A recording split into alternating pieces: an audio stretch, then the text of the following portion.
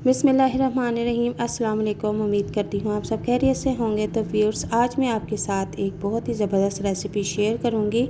इस रेसिपी को फॉलो करके आप पूरा रमज़ान बहुत ही आसानी के साथ गुजार सकते हैं। तो यहाँ पर हमने एक बाउल लिया है और उसमें तकरीबन मैंने 200 ग्राम बेसन ले लिया है।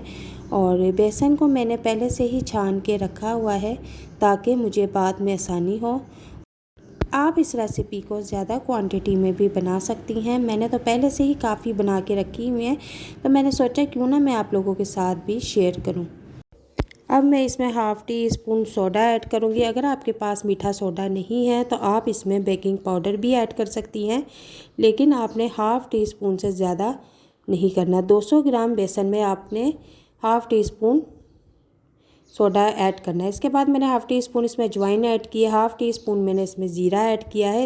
इसके बाद इसमें नमक मैंने हस्बे ज़ायका ऐड किया है। नमक आप टेस्ट के मुताबिक ले लें।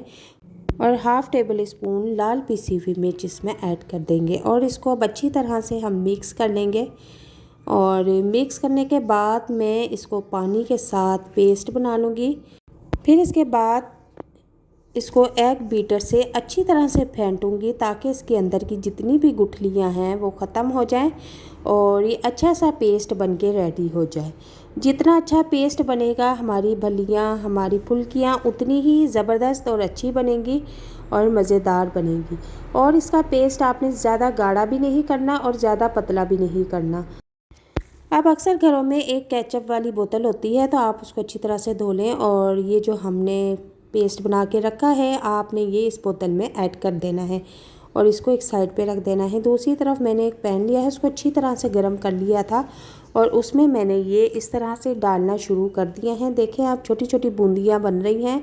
और इसका भी फ्लेम आप चूल्हे का बिल्कुल नॉर्मल रखें, बल्कि नॉर्मल से भी कम रखें। जब आप सारी बूंदियाँ इसमें ऐड कर देंगी तो फिर उसके बाद आप इसका फ्लेम जो है नॉर्मल कर दें। नॉर्मल फ्लेम पे हम इसे पकाएंगे। जब इसका कलर थोड़ा सा गोल्डन हो जाएगा तो हम इन्हें निकाल लेंगे। इन्हें ज़्यादा भी नहीं पकाना, गोल्डन कलर होने तक हम इनको उतार लेंगे। और उतारने के बाद किसी पेपर पर या किसी अखबार के टुकड़े पर इनको रख देंगे।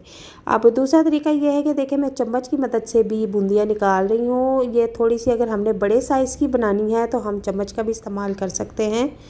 और अगर आपके पास केचप वाली बोतल नहीं है तो आप इस तरह से भी बना सकती है। घर में सबसे छोटे साइज़ का चम्मच ले लें और उससे इस तरह आप बना के रख सकते हैं। इसका भी कलर जब गोल्डन हो जाए तो हम इसे भी निकाल के बाहर अखबार पर या किसी कागज़ पर फैला देंगे ताकि जो इसका एक्स्ट्रा ऑयल है वो अच्छी तरह से एब्जॉर्ब हो जाए। माशाल्लाह से हमारी अब ये बूंदियाँ बनके रेडी हैं। इसको तकरीबन 20 मिनट के लिए ठंडा होने के लिए छोड़ देंगे और इसके बाद इसको किसी ज़िप लॉक बैग में या किसी टिफ़िन बॉक्स में डाल के स्टोर कर देंगे। तो जब हमें ज़रूरत होगी तो हम 20 मिनट के लिए इसे गर्म पानी में डीप रहने देंगे और 20 मिनट के बाद इसको पानी से निकाल कर तो हम यूज़ कर लेंगे। तो ये मैंने पहले से ही काफ़ी सारी बना के रखी हुई थी, तो मैंने सोचा मैं ये वीडियो आप लोगों के साथ शेयर करूं। तो मैंने आज फिर आपके साथ न्यू सिरे से ये बनाई हैं और दोनों तरीके आपके साथ शेयर किए हैं कि छोटी बूंदियाँ और बड़ी बूंदियाँ किस तरह बनाई जाती हैं और उनको कैसे स्टोर किया जाता है। और अगर ये वीडियो आपको पसंद आए तो इसे लाइक शेयर ज़रूर कीजिएगा और हमारे चैनल पर नए हैं तो चैनल को भी ज़रूर सब्सक्राइब कीजिएगा। मिलते हैं नेक्स्ट वीडियो में एक नई रेसिपी के साथ। तब तक के लिए इजाज़त चाहती हूँ। अल्लाह हाफिज़।